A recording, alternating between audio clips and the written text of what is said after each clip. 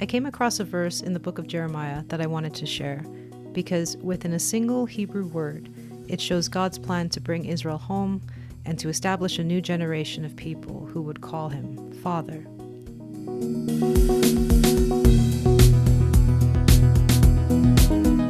By the time Father speaks these words, he had already kicked the northern tribes of Israel off his land, and Judah was next, because all of them, he said, were an adulterous people who prostituted themselves with other gods.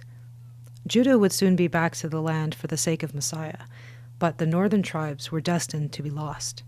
It's written that he had divorced them by this time. Nevertheless, he had a plan to bring them back, and he wanted to fulfill his word to Abraham to give his descendants a land, and these tribes are the descendants of Abraham. So in this verse that I'm about to read, he tells us what his plan was. He says, "How can I put you among the sons and give you a pleasant land, a goodly heritage, the host of nations?" The word that's translated as among the sons is ba banim. The root word of ba banim is ben, which means son. If you add im to the end of a word in Hebrew, it makes it plural. So ben, or son, becomes banim, which means sons, and also children. The letter beit in original Hebrew is a picture of a house, and it's added to the beginning of words as a prefix to mean in and with.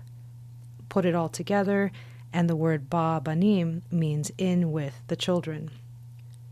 So God is asking himself, how can I make these unfaithful people my children so I can give them an inheritance? And here is his answer. Avi, tikre li. Avi, my father, you will call me.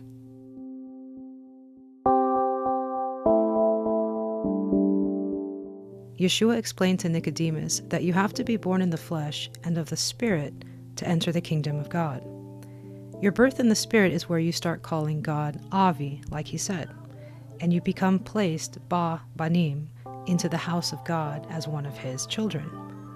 And this happens whether you're born in the flesh as a descendant of Israel or as one of the nations. When you're a son or a daughter of God, this here becomes your genealogy in the Spirit. It's written that God was the father of Adam, who was the father of Seth, who was the father of son after son after son, until Yeshua.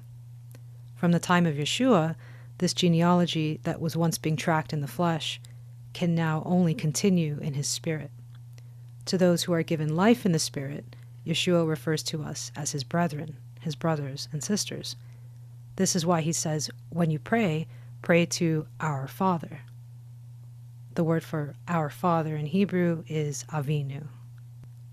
Av is father, Avi is my father, Avinu is our Father. Now, if we all have the same Father, then we are all of the same generation. You, me, Peter, Paul, all of the apostles, our Father is God, so we are of the same generation. When Yeshua says, speaking of the end of days, that this generation shall not pass away until all these things are fulfilled, he's referring to the generation that he came to establish, that is, those whose Father is God. This generation includes the disciples who stood there with him as he spoke that day, and it also includes us today. This generation is 2,000 years old.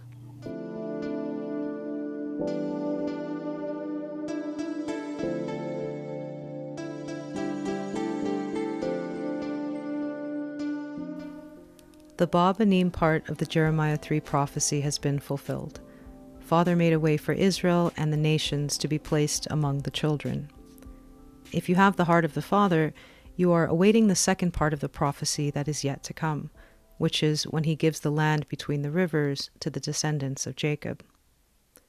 To fulfill this promise will take a miracle, because most of the tribes of Israel are lost and untraceable. While Judah and the tribes associated with them have thousands of years of shared customs and DNA to help identify them, the 10 lost tribes gave up their customs 3,000 years ago, when they started worshiping new and foreign gods under Jeroboam. You won't find them through customs or DNA. But Father knows who they are.